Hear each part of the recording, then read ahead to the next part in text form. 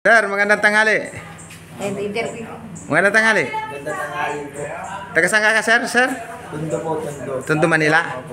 Bali, wala po kayong kulam. Ang sakit nyo ay may sapi ka ng masamang espiritu.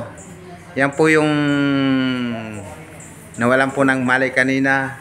Bali, nililing lang siya ng masamang espiritu. Bali, alam mo ba yung nangyayari sa'yo kanina? Sakit lang po ng daliri ko eh. Okay. Kasi nawalan ka nga ng malay. Pero yung ipinatingin mo, pinacheck up mo dito sa AAGN Dalisay, ano na sa pakiramdam mo? Yung sabi mo masakit yung sikmura mo? Okay na po. Kung pinipisil ko, wala na po akong nararamdaman. Okay na. Kailan mo pa nararamdaman yan, sir? Kung ano lang po ito eh. Nung bago po ako magkaganon eh. Hindi, kailan yun? Sabado po. Bali, ito po yung girlfriend niya, ito po yung nanay niya.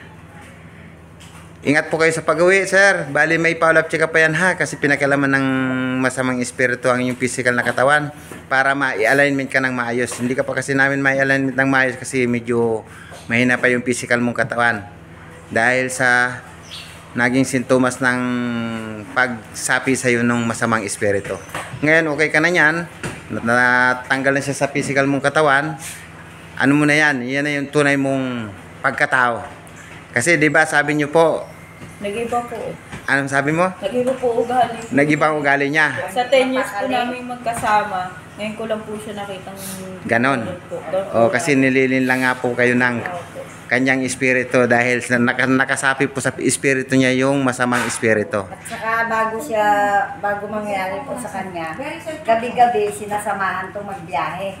Yung gabi lang daw, yung gabi lang po na yun, hindi doon siya lang po. nasamahan sa paghatid sa Hindi po niya ako Santo Domingo. Ay, thank you Lord.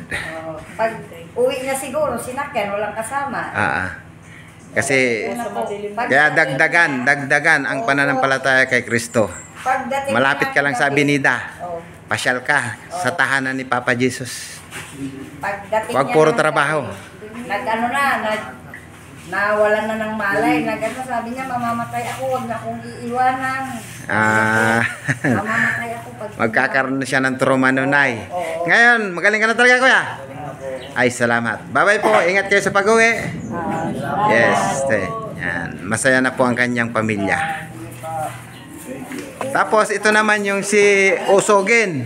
Kumusta na yung pakiramdam mo? Miss Osogin. Okay na po. Yan, ito po, naghahanap ng kanyang kabiyak. Baka sino yung available dyan, ligawan nyo na po ito para magkaroon ng asawa. Kaya mo, marami kaso lang. At hihingi na daw ang kanyang tatay ng magiging apo. Kaso lang po.